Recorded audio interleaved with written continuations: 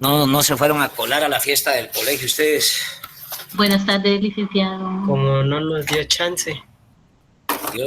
Yo me hubiera ido a colar a esa fiesta. Ya. Y en las demás cátedras están dando la clase. Sí, licenciado.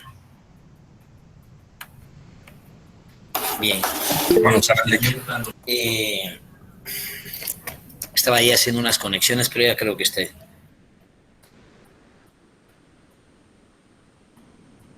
Bien. ¿En qué estábamos en la última plática? Como retomando otra vez, siempre me gusta recordar el escenario para ir como entrelazando. Nosotros,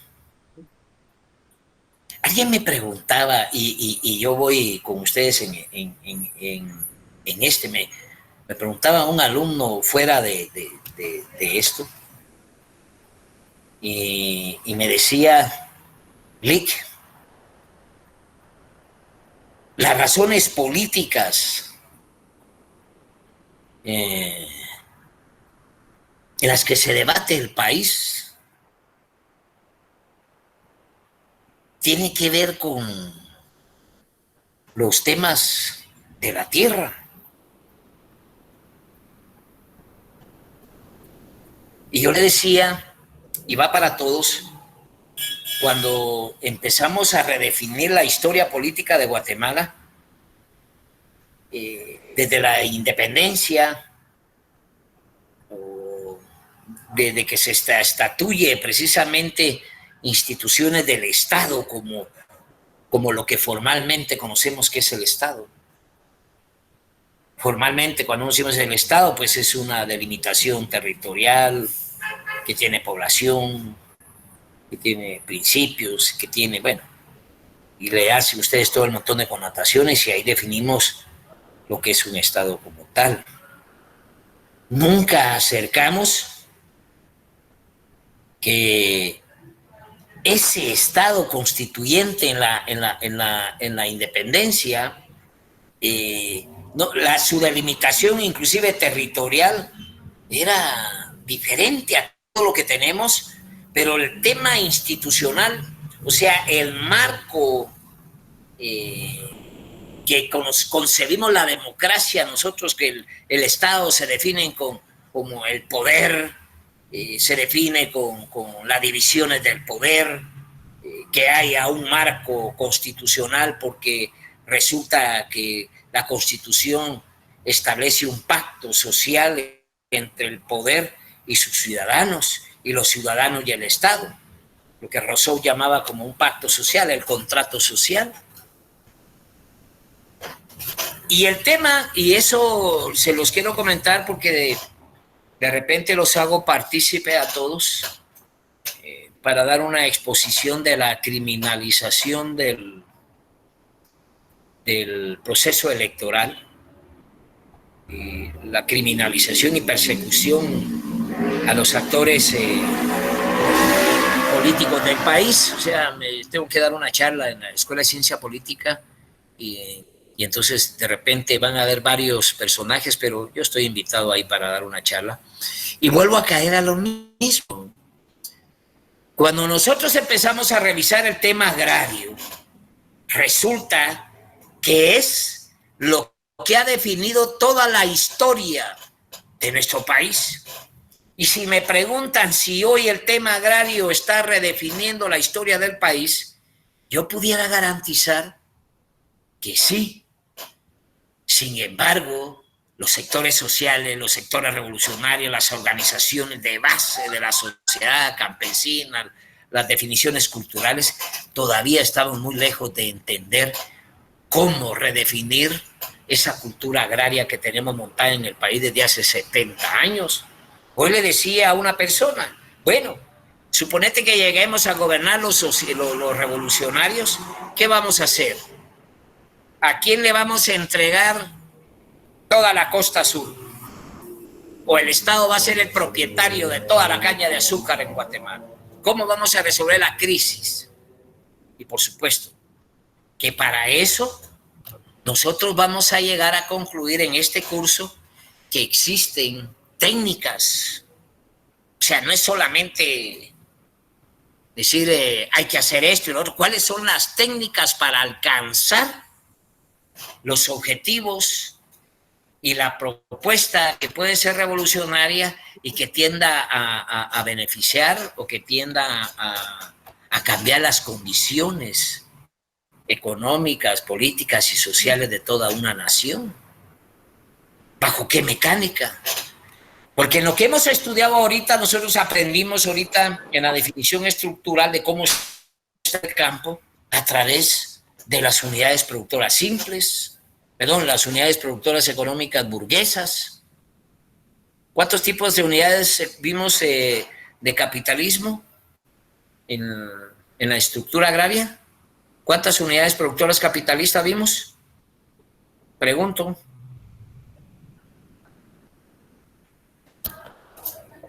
Cuando hablamos de los círculos,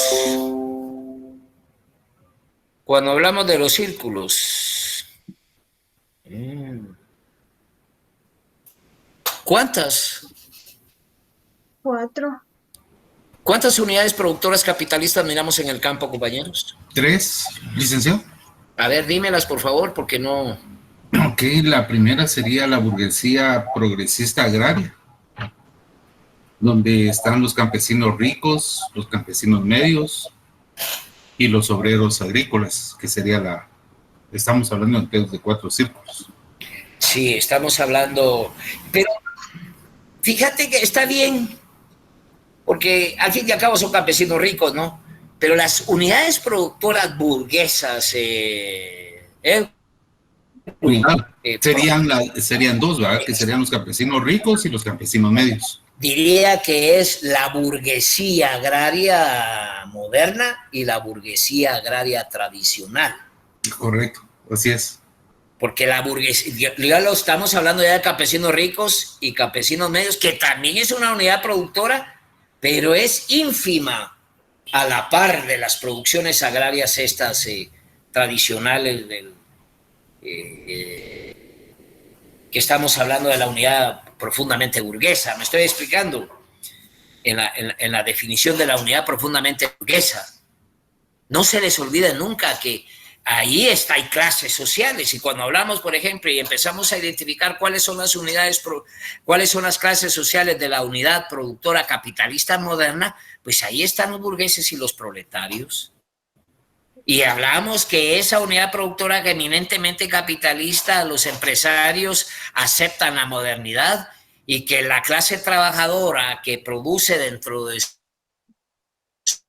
sus unidades productoras sabe leer y escribir, sabe utilizar mejor los recursos, tienen educación, tienen salario completo, pagan IX, pueden manejarse en organizaciones. Allí hablamos.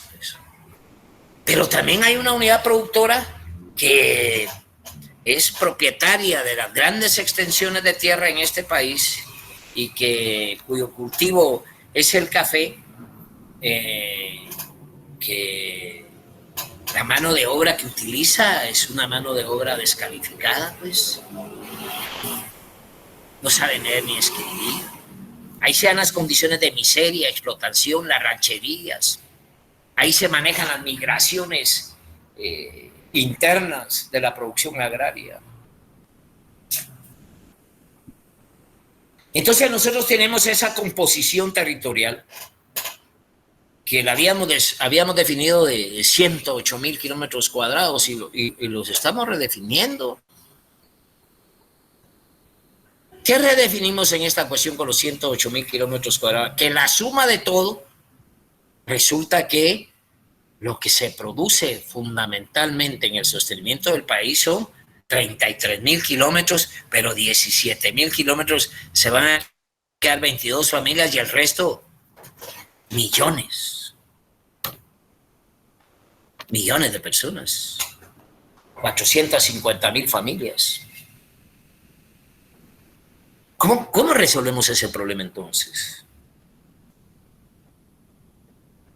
¿Cómo resolvemos el problema económico si la producción agraria del azúcar y el café no se queda en Guatemala? Lo que se produce de azúcar en Guatemala no se queda nada en Guatemala, ni el azúcar misma. En los Estados Unidos es prohibido que entre azúcar pesada. ¿Se recuerdan? No sé si lo había dicho ya. ¿Por qué creen ustedes que no aceptan la azúcar pesada en Estados Unidos?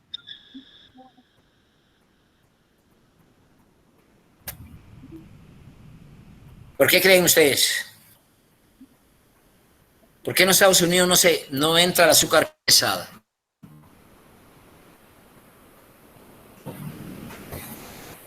El que tiene la chaqueta negra y la gorra negra. Chaqueta negra y gorra negra. Jennifer, teléfono. Y podría pensar, en primer lugar, que uno es porque ellos no tendrían el control de cómo distribuirla, derivado que les llegaría ya con una medida de peso, y eso a ellos les quitaría en un momento dado la oportunidad de distribuirla, ya sea por la unidad de medida que ellos tengan y por la cantidad que la venderían, o de poderla volver a vender, a exportar. Mira, Edwin, no lo permiten porque ellos tienen la exclusividad de pesar el azúcar y garantizar mano de obra dentro de los Estados Unidos. Simple. Si nosotros pesáramos el azúcar, no nos la permiten. Se tiene que ir por toneladas métricas.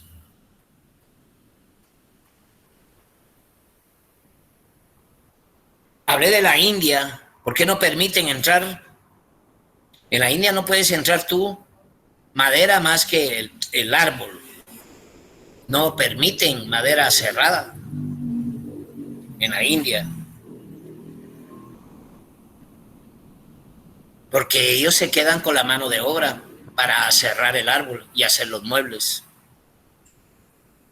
Entonces a nosotros solo nos caemos en el campo de que nos extraen toda la materia prima y no llegamos a otro escenario productivo como la industrialización.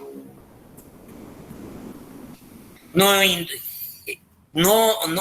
entramos a otros temas porque nos imponen este escenario impuesto.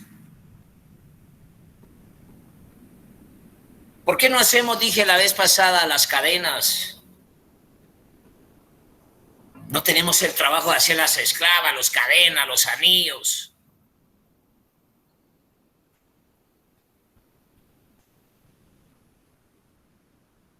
Entonces yo les estoy hablando ahorita de cómo visualizamos. Y ahora, porque formalmente me dirán, bueno, y el derecho agrario, ustedes tienen ahí 32 leyes agrarias, pero yo que conozca de hace años, 32 leyes agrarias no han servido para nada en el país, para nada. El país está de mal en peor.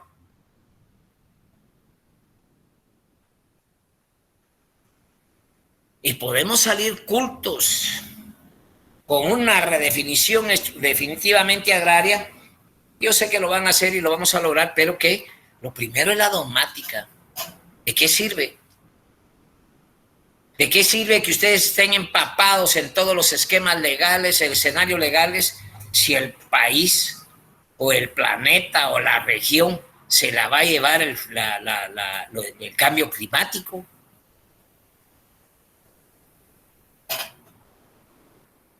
O sea, la educación no es solamente en que yo me volviera un experto en esto para generar provechos para mi vida personal, pero este curso es social.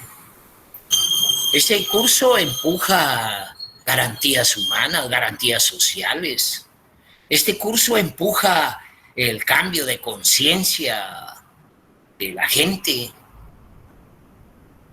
El estudiante, cuando hablamos de los principios del derecho agrario, que es parte de los temas que tenemos que tocar, hablamos que el derecho agrario es democrático.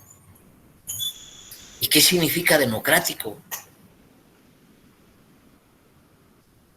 Significa, como tiene un razonamiento público, todos tenemos acceso y derecho a ese escenario. Todos.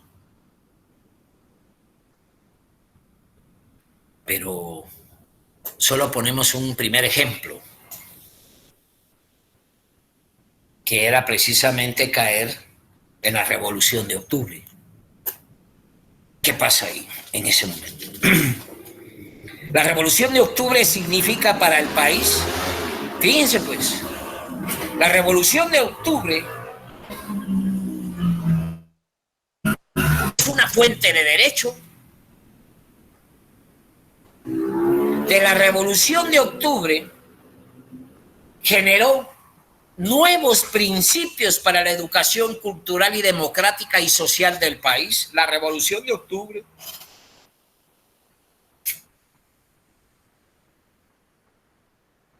La Revolución de Octubre emprendió el abrir el capitalismo o hacer que lo que se conoce como una economía de mercado, o sea, socializar el capitalismo. La economía social de mercado es, entre comillas, los socialdemócratas, los socialcristianos, que hablan de una amplitud de la economía y no de una economía cerrada como la que tenemos. Entonces, lo que se plantea, por ejemplo, es, en el concepto democrático de todo el escenario del derecho agrario, es que el Estado está ocupado, que como prioridad resolvamos el problema de la tierra en Guatemala, porque no es posible que, aunque tengamos más de la mitad del país sembrado de azúcar, caña de azúcar, café, palma africana, nosotros no resolvemos el problema económico de Guatemala. Porque resulta que quienes tienen esa determinación económica históricamente son los que han manipulado, manejado y diseñado cómo quieren tener al Estado, inclusive los que nos gobiernan el día de hoy. Son los mismos.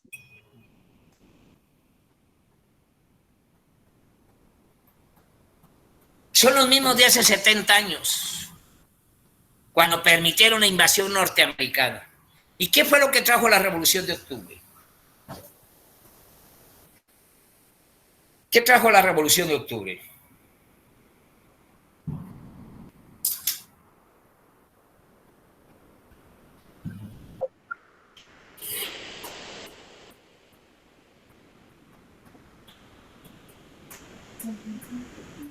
Solo permítame, compañero, estoy aquí firmando una cuestión.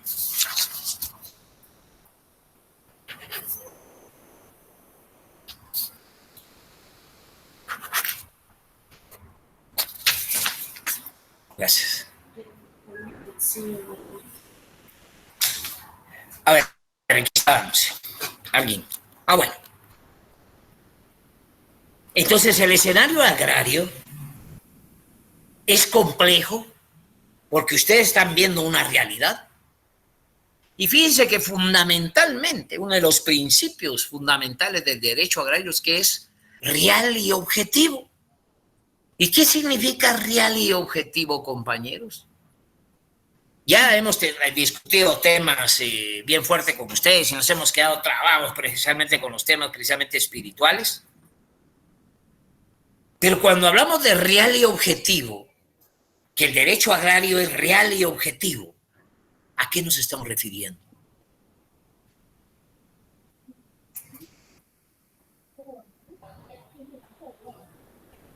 En que el derecho no puede ocultar la realidad del país. Por eso es que yo no puedo caer en el campo formal de rellenarlos como pavos con planteamientos formales y legales si mañana nos estamos muriendo de hambre o mañana se están robando absolutamente todo, todo este desastre político y económico desde hace 70 años. Y el pensamiento del derecho, o sea, la cultura del derecho, en los últimos años no le ha servido al desarrollo de la sociedad guatemalteca para nada. Porque no permite la instrumentalización o políticas de desarrollo que con derecho tendrían a transformar la sociedad. Prueba de ello es que el Congreso en la Revolución de Octubre, en la época de Jacobo Arbenz, admite para su trámite el Congreso un planteamiento de una reforma agraria que permitía revisar absolutamente toda la estructura agraria del país. Y significaba rediseñar totalmente el tema agrícola. Yo, por ejemplo, en esa, hasta hace no mucho, la UNE, que entre comillas se la llevaba al inicio de su gestión de izquierda, porque había surgido de algunos escenarios revolucionarios, ese señor Álvaro Colón y la señora, fíjense ustedes, desde la cultura militar, desde el 63, se impuso. La cultura militar impuso, fíjense cómo serán más revolucionarios esos señores, se impuso en este país que el 10% de la cosecha de las fincas tenían que ser efectivamente productos que garantizara la soberanía alimentaria, que garantizara la alimentación con los productos pecuarios y agrícolas, el 10% de las fincas. Nunca lo cumplieron. O sea, nunca se llevó, y eso que era una disposición legal, y nunca se llevó a la práctica. Pero llega este escenario que entre comillas de izquierda, igual que la sanda de izquierda, pero vendida al diablo totalmente. Cuando digo el diablo me refiero a Cash Luna.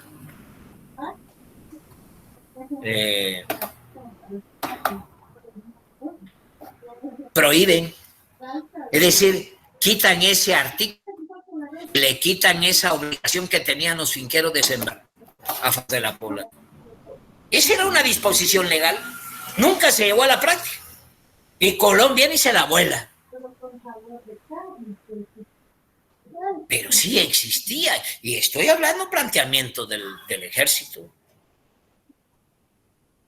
del ejercicio militar. Bueno, pero ¿qué era lo que definía? Estamos hablando que por principio esta característica democrática del derecho agrario, sencillamente el impulso y la garantía efectiva, porque es el Estado el que lleva adelante la práctica, en la práctica, el principio de garantizar exactamente los principios que definen al derecho agrario. ¿Por qué? Porque hablando, compañero, ¿qué clase hemos venido dando ahorita? ¿Sobre qué temas? ¿Y dónde descansa la discusión que tenemos? En la actualidad, pues.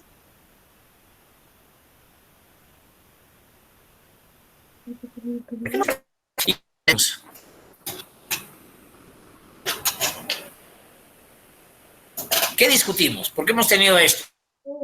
¿Por qué hemos discutido?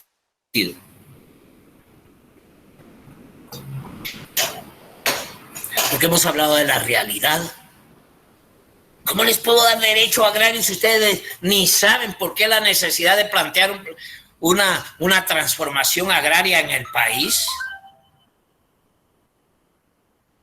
¿Cómo hacemos para garantizarnos que la economía agrícola de este país se quede con nosotros?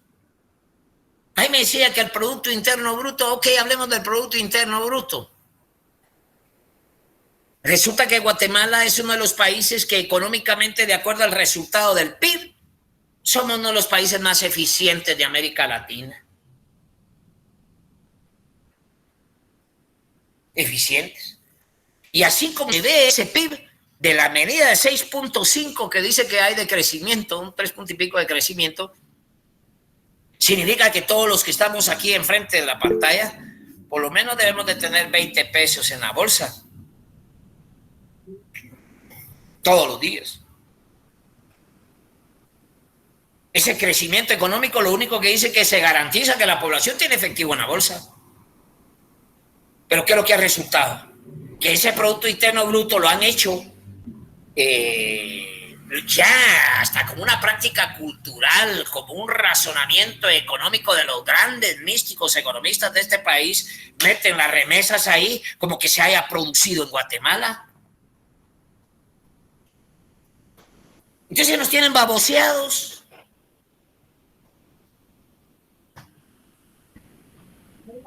Entonces, ¿por qué tengo que ser real y objetivo? ¿Por qué tengo que discutir en términos democráticos esto?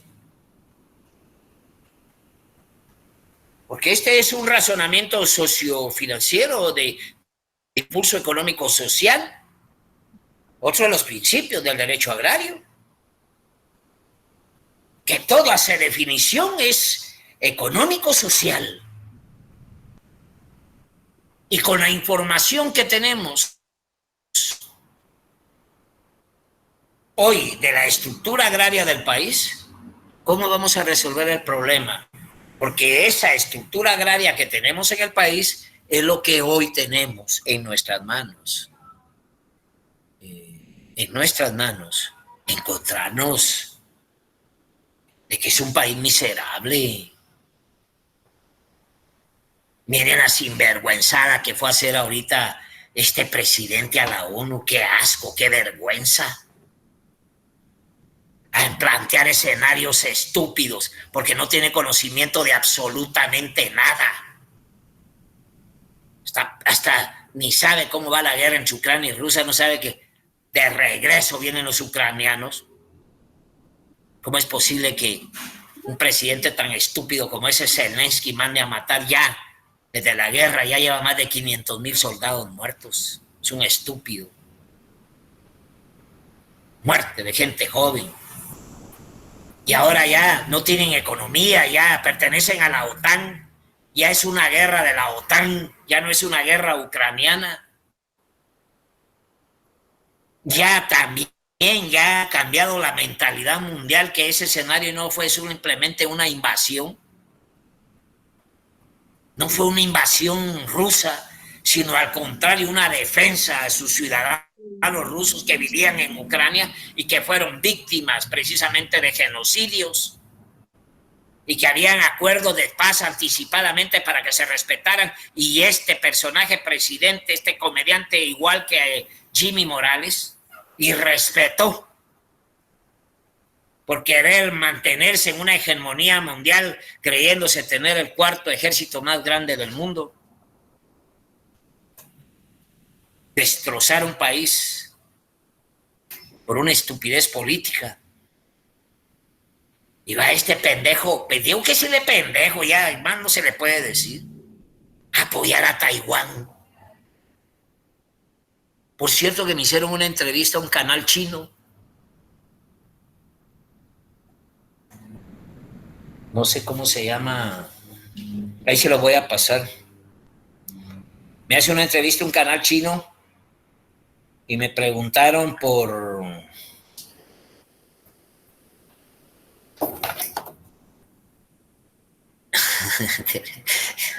Sí, también tiene enfermedades. No, ese no es, ese es degenerado, es un enfermo degenerado sexual. ¿Qué era lo que iba a decir ahorita?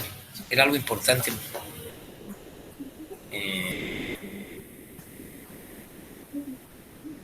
¿Qué era lo que estaba diciendo? Se me escapó. De la entrevista, licenciado, que le hicieron. Me hacen una entrevista, sí, perdón. Me hacen una entrevista importante porque es como que les preguntaran a ustedes, ¿qué piensa usted de la expulsión de Taiwán? Me dijeron. del Parlamento Centroamericano. Se me entrevistaron sobre el Parlamento Centroamericano, un canal chino, y qué pensaba yo sobre la expulsión de Taiwán.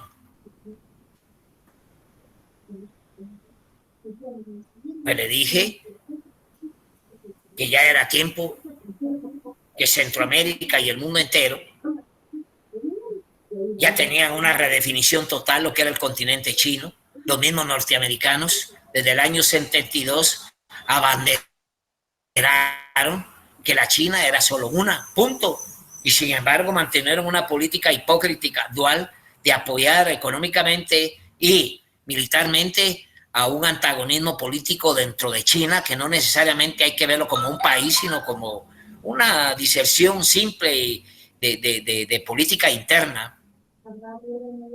Y sin embargo, la Segunda Guerra Mundial y la Guerra Fría redefinieron estructuras militares, y por supuesto que los gringos, con la victoria, entre comillas victoria, solamente por las bombas atómicas en Hiroshima y Nagasaki, eran una amenaza total de bombas atómicas a cualquier parte del mundo, y todo el mundo con la boca callada. El problema es que hoy quienes tienen bombas atómicas no son solamente los Estados Unidos, entonces no puede callar a nadie. Bueno, la entrevista resulta que digo que nos garantizaba la expulsión de Taiwán, el ingreso de la China continental, y que los centroamericanos habíamos abanderado desde ya una razón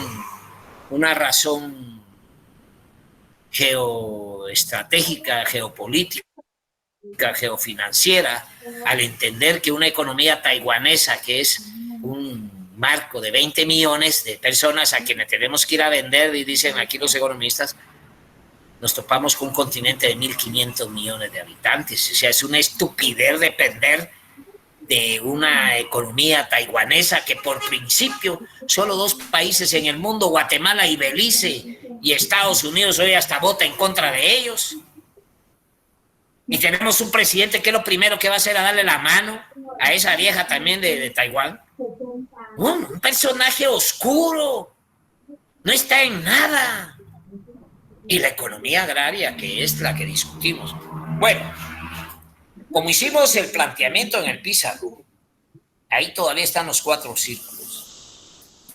Hoy nos correspondería entender, por ejemplo, cuáles serían los instrumentos teóricos que nos pueda permitir cambiar este escenario económico agrario que tenemos en el país. Por supuesto, ¿será que es la legislación agraria que tenemos actualmente?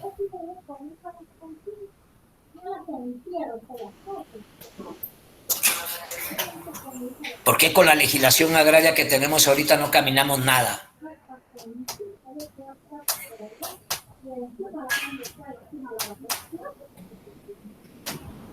Tal vez porque... buenas tardes, licenciado. Adelante, Brian. Tal vez porque no es de interés de los actuales legisladores, y porque principalmente no hay voluntad política para trabajar en estos aspectos.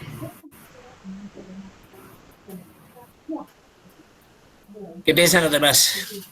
Participen, pues, no me dejen solo a mí, al compañero hablando.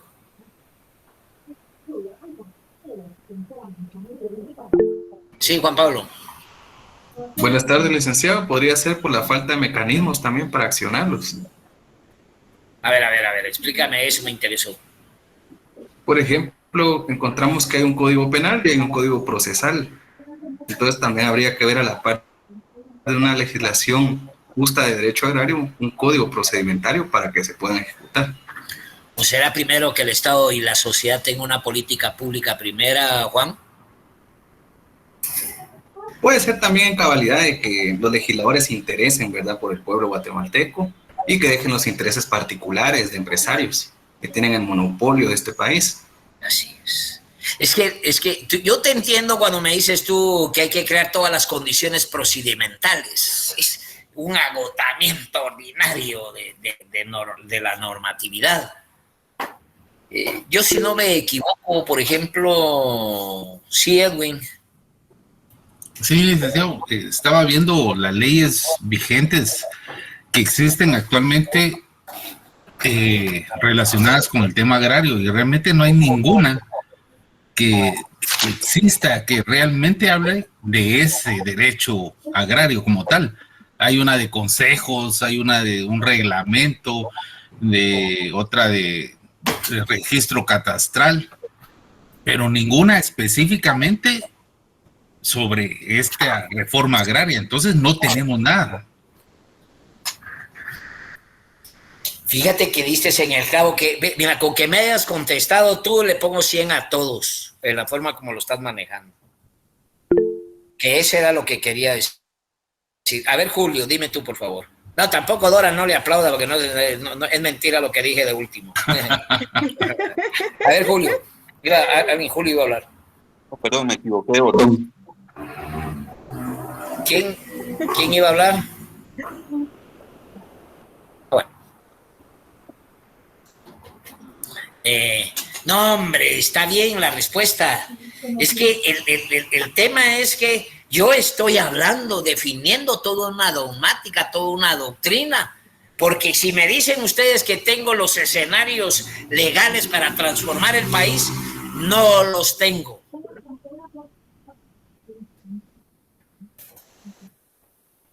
No hay una política pública agraria en el país.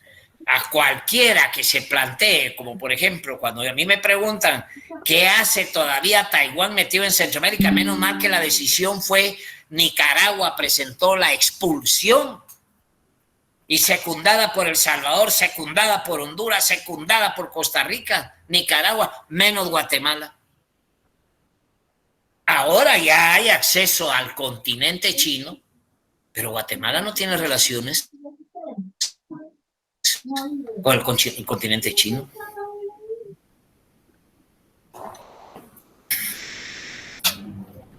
No hay, porque China no permite tener relaciones con ningún país que tenga relaciones con Taiwán. Entonces, ¿qué queremos nosotros? ¿Al continente o a Taiwán? ¿Qué es lo que le conviene al país? ¿Al continente o Taiwán?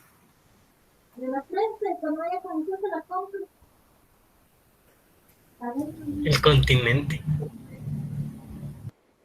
Y entonces volvemos otra vez. Por eso es que el curso cada vez no es que se complique, sino se vuelve para discutir políticas públicas de desarrollo en el país. Y el derecho agrario permite identificar instrumentos teóricos. Entonces, nosotros tarde o temprano tenemos que hablar de instrumentos teóricos agrarios, tenemos que hablar de la revolución agraria.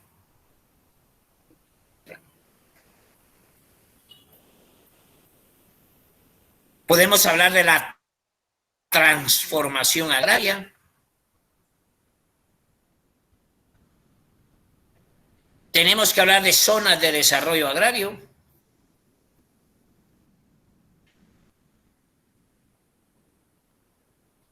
Me van a hablar ustedes de la reforma agraria.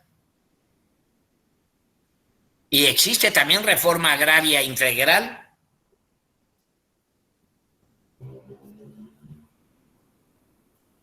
Todo país en el mundo que ha marcado su desarrollo, efectivamente, solo un segundo, por favor. ¿Estás allá abajo? Aquí estamos, don Mario. Bueno, ahorita van por ahí. Bueno, Joven, perdonen compañeros, estoy aquí todavía en mi oficina, aquí es el único lugar que puedo trabajar. Ya vamos a hablar de esas instituciones conceptuales. ¿Qué queremos en Guatemala? ¿Una revolución agraria? ¿Una transformación agraria? ¿Generar campos de desarrollo agrario? ¿O aplicamos una reforma agraria integral? Todo eso. Estamos pensando ya que Guatemala, con ejemplos institucionales teóricos agrarios, tenemos que empujar. Y ese es parte de hasta el punto que quería llegar, porque de aquí en adelante ustedes van a manejar su trabajo de investigación. en propuestas. En países que han logrado resolver su problemática agraria, no hay país en el mundo de los grandes que no haya resuelto su problemática de desarrollo, si no es ocupándose de desarrollar el campo. Y entonces, no sé si me voy explicando del ejemplo que estoy poniendo de todo el planteamiento de la estructura agraria del país. ¿Cómo alcanzar efectivamente que la zona, la unidad productora capitalista, que la capitalista moderna, que no la voy a tocar esa, porque se supone que esa es un tanto más humanista. Eso no es cierto. Pero sí hay una que es sumamente cruel, que es precisamente la unidad productora capitalista, ¿qué dijimos? Conservadora. ¿Qué es lo que hay en esa unidad productora de esa conservadora? Millones de personas. No hay agua, no hay luz para la gente, no hay escuelas, no hay educación, no hay medicina, pero sí hay iglesias y cantinas.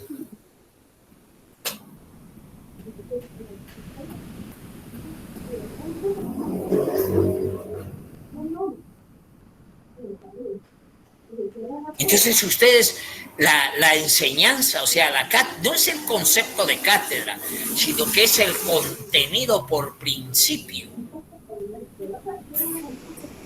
¿Hacia dónde vamos? Fíjense que yo me recuerdo que yo di la clase en la Escuela de Ciencia Política, di la cátedra de Historia de las Ideas Políticas. Y yo me recuerdo siendo joven, era verdaderamente joven, estoy hablando hace más de 40 años o hace 40 años, me recuerdo que yo llegué con la ilusión de hablar de la reforma agraria, hablar de la Revolución de Octubre y hablar del social espiritualismo del doctor Juan José Arévalo Bermejo. Pero ya en el escenario, la misma escuela, y por razones de la guerra, de la Segunda Guerra Mundial, pero no tanto por la Guerra Mundial, sino por esa guerra sucia, la Guerra Fría, hicieron que la Revolución de Octubre fuera ventilada en la prensa amarillista y corrupta de este país desde siempre, dejando su valoración como algo inservible para la sociedad. Tanto que descalabraron, por ejemplo, la reforma agraria, argumentando en titulares que toda la tierra que le fue entregada a los campesinos solo servía para quedándose a hartar guaro, que servía solo para que la gente chupara.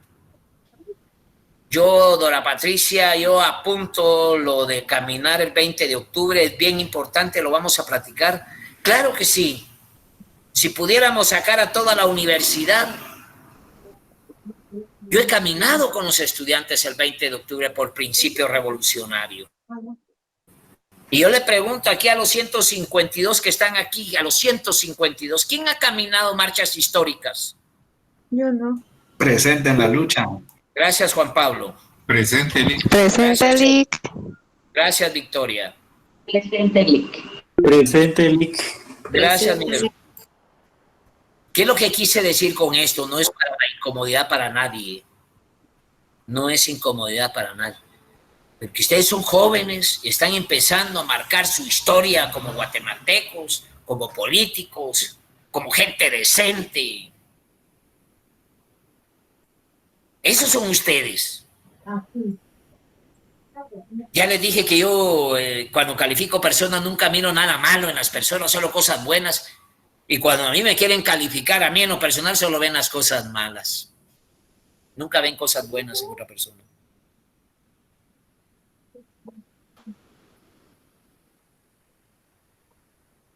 Entonces, ese es el escenario. Es decir, demostrarle, especialmente hoy que tenemos a la puerta precisamente en este proyecto, este escenario político confuso que hay, que yo no lo veo confuso. Simplemente lo que veo es ciernes un golpe de Estado. que me vengan con que hay firmas falsas, todas esas condiciones ya causaron Estado. Y todo esto se desmarca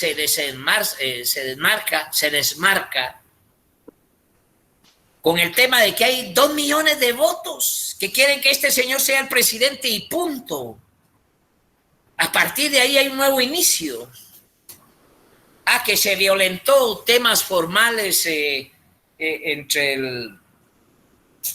la ley electoral. Sí, pero la misma ley define tiempos para impugnar.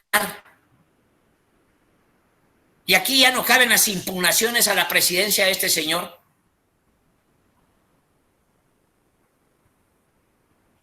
Entonces resulta que este señor, que no lo conozco personalmente, tiene algo que yo no espero que sea igual que el papá, pero si es mejor, mucho que mejor. Pero tampoco a guatemalteco le podemos permitir que con toda esa historia y todo el escenario que trae, hay que apoyarlo. Entonces hay que salir los estudiantes a apoyar la transformación agraria de este país. Miren para lo que sirve el curso.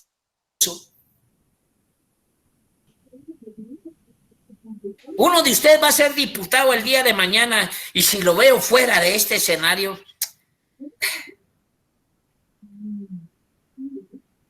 ¿qué más se le puede decir a una persona? Porque aquí estoy pelándole a la gente los ojos, que abra la mente.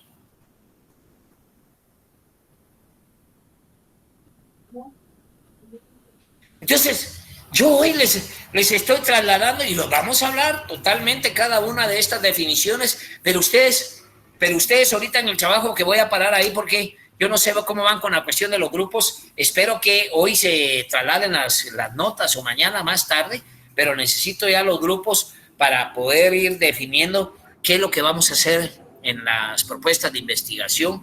Me encanta. En una ocasión, compañera, ¿quién fue la que dijo el 20 de octubre la caminata? Me gustó eso. Yo, me gustaría que... Sí, Dorita, me gustaría que todo el mundo estuviera en esa sintonía, porque también por extensión universitaria, eso se puede valorar también. Entonces, podríamos maquinar y generar, para empezar, el poder tener la oportunidad de conocernos. Los 500 estudiantes ahí en una plaza aquí en Avenida Bolívar. Vuelvo a insistir. Ustedes son jóvenes y el día de mañana, ¿qué le van a decir a sus hijos? Ya la universidad solamente por virtualmente, ese catedrático de agrarios, un demagógico, solo pajas. Yo me tuve que poner las pilas, me invitó para que hiciera manifestaciones porque es comunista y empiezan un montón de descalificaciones estúpidas. Porque vaya si no abundan. Me explico. Entre nosotros mismos. Entre nosotros. Entonces, marquemos algo, una visión diferente, una oportunidad distinta y marquemos que lo que podemos hacer es volver a caer al 20 de octubre. Vamos a analizar lo que fue el 20 de octubre y por qué sucedió el 20 de octubre. Estamos hablando de la Revolución de Octubre. Estamos hablando de la venida del doctor Arévalo, de Tucumán, de Argentina. Doctor en filosofía. Yo no sé si habían filósofos en Guatemala en esa época y de la calidad de él. Bien, había muchos, por supuesto que había muchos. El diseño total de la Revolución de Octubre no fue exclusividad del doctor Arévalo, pero sí fue determinante de entender y comprender que tenía una visión global de lo que había que transformar. Y él hablaba de la libertad de la economía social. Hablar de la libertad individual de la economía no era parte de su escenario, sino también comprender que la sociedad requiere ser libre y la sociedad libremente puede escoger su economía.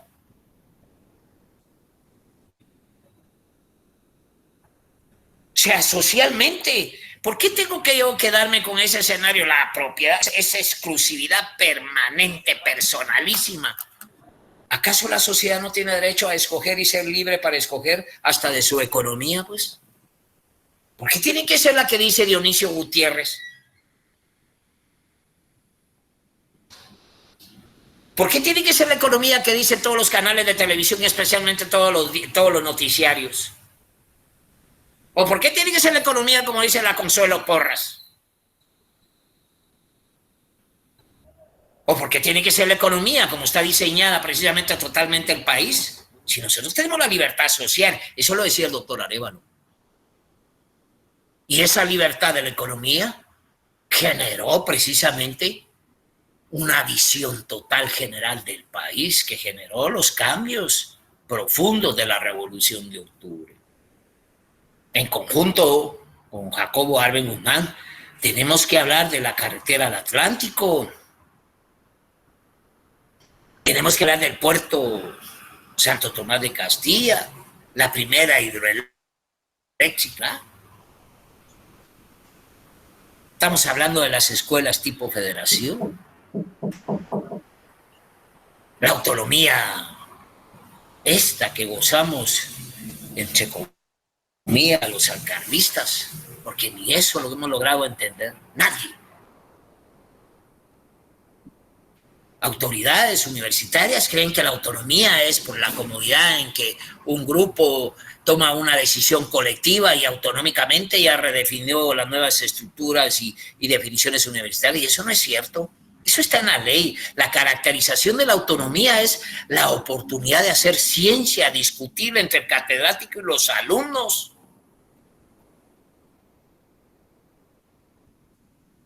Esa es, en esencia, la autonomía universitaria, la discusión científica de la problemática existencial de una sociedad.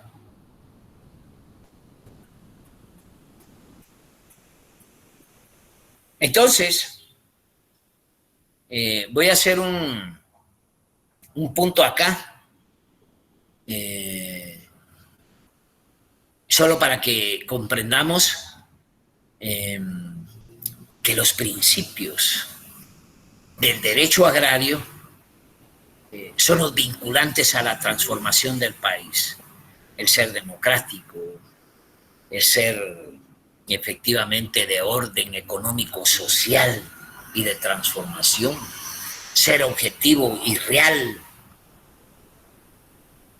Esos principios con la mecánica que nosotros ya vamos manejando una realidad del país, porque es la verdad, compañeros, yo vuelvo a insistir, ¿quiénes jóvenes se han tenido la oportunidad de enseñarse como guatemaltecos definiendo una postura que le es de interés para el país? ¿Quién de los que estamos aquí al frente? Ya me levantaron la mano algunos y lo sé. ¿Hasta cuándo? Sí, Luis Mauricio.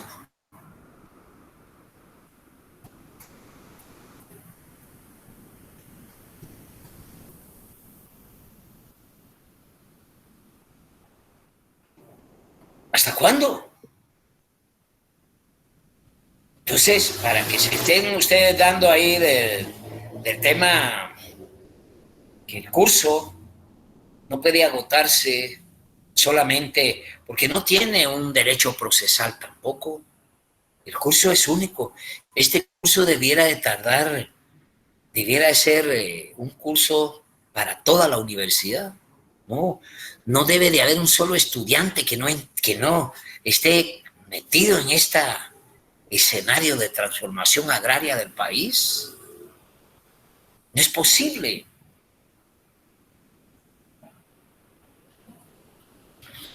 Leí ahí, no sé si aquí lo dije, pero ahí lo vi ahí en las redes, pero en un estudio que vi ahí de la problemática pecuaria, por ejemplo, de China, no de Taiwán, sino China. Bueno, Taiwán ya dejó de ser Taiwán, es China. Y los gringos ya no pueden ni meter las manos ahí, porque ya dije que hoy hay quien somate las mesas y también tienen bombas atómicas. ya no es el policía del mundo. Y ya no tardan en parar precisamente que los BRICS, fíjense lo que estamos hablando, cuando hablamos del tema agrario, miren los graves problemas que tiene Europa porque ahorita en Ucrania no pueden sacar el trigo. Y estamos hablando de 20 millones de toneladas métricas de trigo. ¿Cuánto puede ser de plata?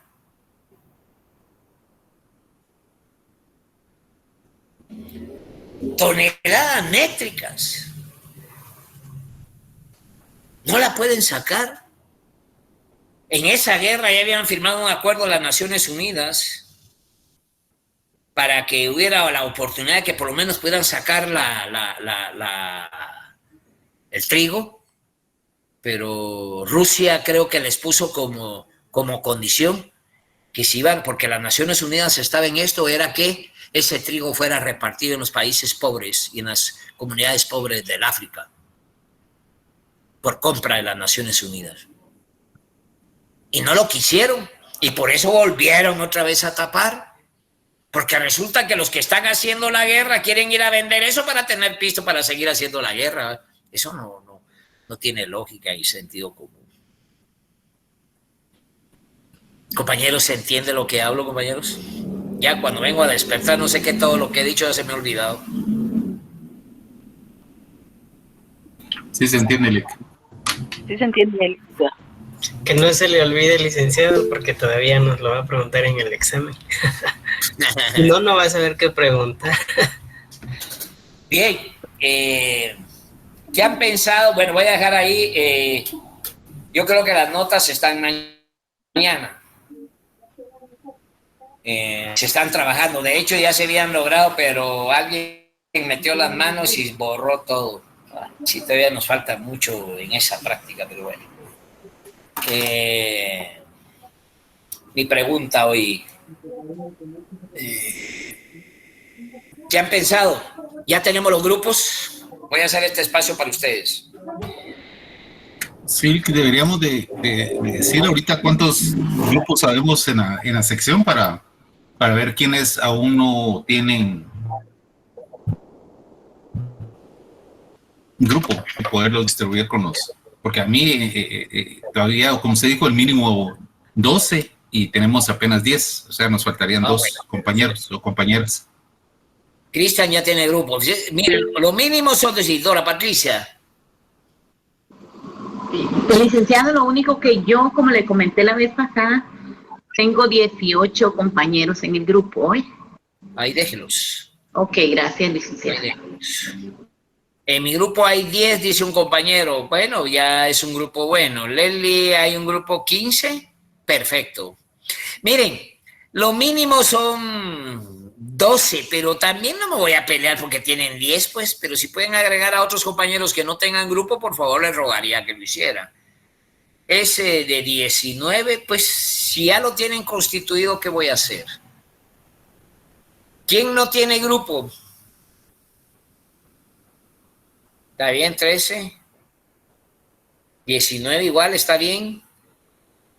Ilse, sí. Kimberly, Carolina, somos 15, ¿está bien? ¿Qué bien? Edwin, 10. Bueno, ¿quién no tiene grupo? Yo creo que ya todos tenemos grupo, ¿no?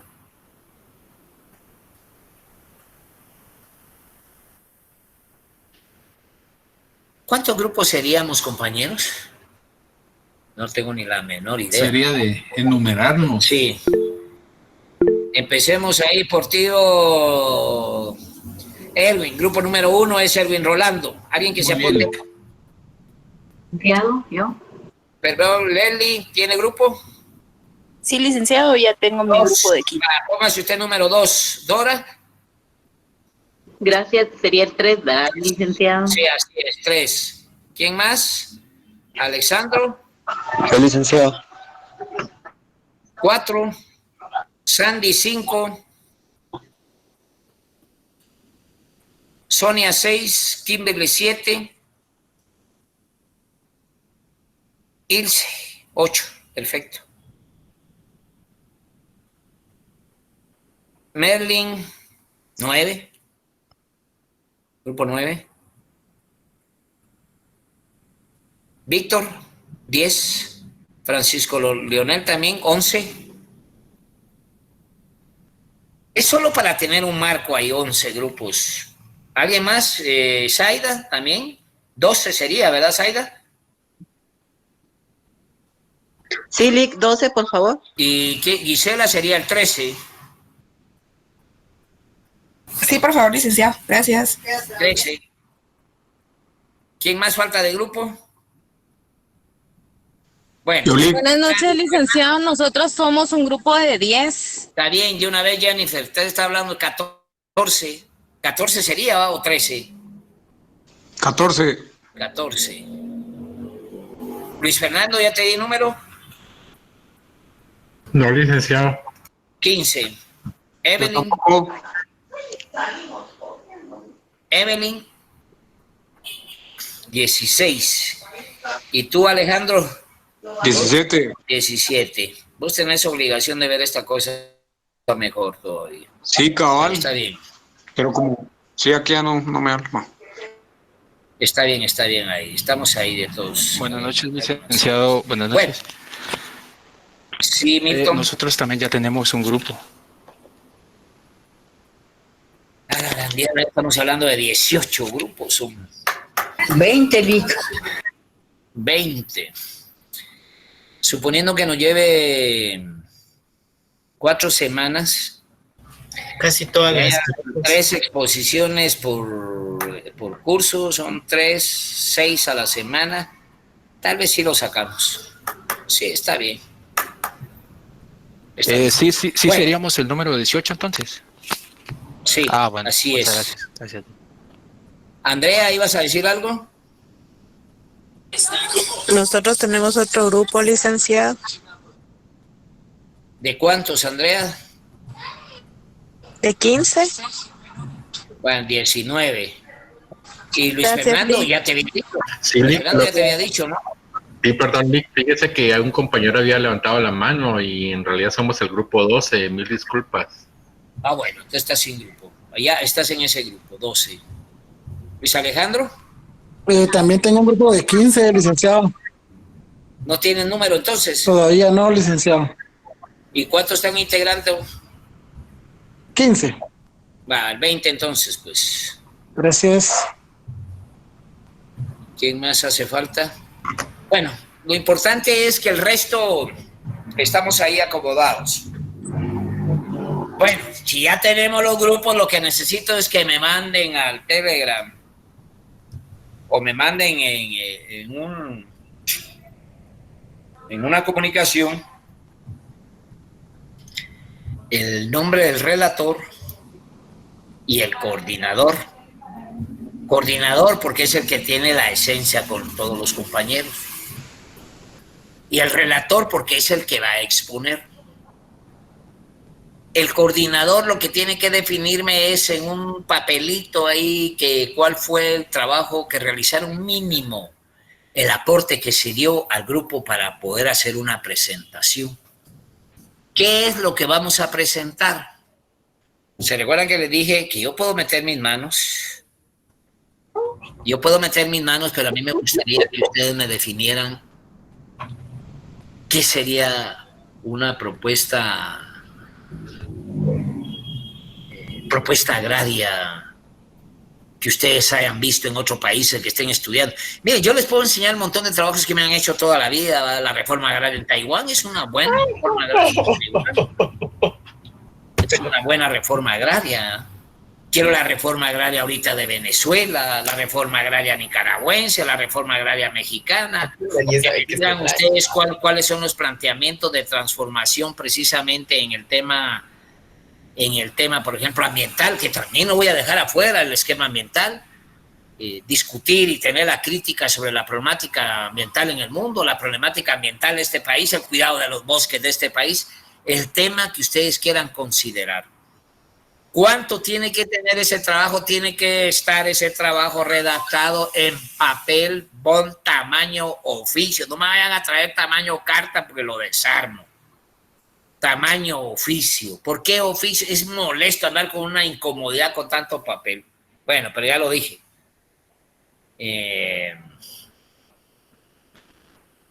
por lo menos es un trabajo de investigación que tiene que tener presentación, tiene que tener introducción, tiene que tener conclusiones, tiene que tener recomendaciones. Es un trabajo que desde ya... ¿Quién quiere levantar la mano ahí, Alejandro? ¿Quién levantó la mano? Sí, Alejandro. No. Continúe con la explicación y después yo la apoyo ahí con los listados. Es que están preguntando si me pueden enviar el listado, entonces para que me lo compartan y yo se lo paso a Mayra. Ok, perfecto. Está bien. Buenas noches, licenciado. ¿Cómo estamos, Yanel? Fíjese que nosotros tenemos otro grupo. Tenemos 10 integrantes. No sé si hay alguien que todavía no tenga grupo para unirnos y lograr los 15. Si no, creo que quedaríamos conformados con un grupo de 10 participantes. Bueno, pero te agradezco mucho y al grupo también en la colaboración para el resto de compañeros que no tengan grupo. Se tienen que adherir. Ya más grupos ya no. Hay suficientes grupos ya. Ya más grupos no quedan. ¿Estamos de acuerdo? Sí, solo ninguno de mis compañeros había hablado antes, solo para ver en qué número de grupos se quedó, para ver qué grupo seríamos nosotros. 21. 21. Es demasiado. Ok, gracias, licenciado. Pero vamos a hacer la manera de ver cómo hacemos que... Bueno, licenciado. Es que ¿saben qué es lo que pasa? Que esto también sirve para el examen, hombre. O sea, que hay quienes presentan el trabajo y no van a estar en la presentación. Y yo les voy a decir una cuestión. Yo he tenido presentaciones que me quito el sombrero. Hay unos oradores, unos relatores. Hay en nuestro país jóvenes que tienen mucho valor. O sea, escojan su grupo y hagan un trabajo eficientísimo, hagan una excelente exposición. No, esa mecánica que copia aquel, que copy-paste, toda esa mecánica del huevón o la huevona. Como ahora hay que hablar de todo. Del que el trepador. Ya dejen por un lado esa porquería. Ya estamos a la mitad de la carrera y empecemos a desarrollar nuestra personalidad en términos científicos. Entonces, hay un error, perdón, estaba hablando, pero es que como estoy leyendo aquí lo que me están mandando algún tipo de inconformidades, pero veo que no. Kimberly.